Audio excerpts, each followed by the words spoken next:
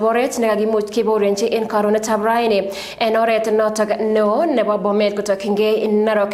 Nyasutab oret nekabit en karonetab raini en komosta nebo Ratili nemiten en oret neo nebo Bomet kotokyingei Narok nekotiny karit agenge notok nebo Toyota Premier Saloon nekoketote Calvins Ochieng Onganda ne inendet ko Deputy Base Commander en county nebo Narok. Kaimuch karinoton koriebkei tokoch ak karit anan lorit kobun kampunit notok nebo Crown Parcels ako kaimuch ofisaindet noton nenaat ko Calvin Ochieng Onganda nenet ko Narok Deputy Base Commander ko besto bondanyin en yoto kotinge ak agotenoshek chekaimuch konyor en kilik koboto tegenyin ibwat ile borto nebo ofisaindet noton ko kakimut kotokyigei sipitalit nebo Longisa ole tetat keyochi chikilisiet. Karisiek chotok aeng ko kakimuch kichut koba ketesietab polis notok nebo Ololunga.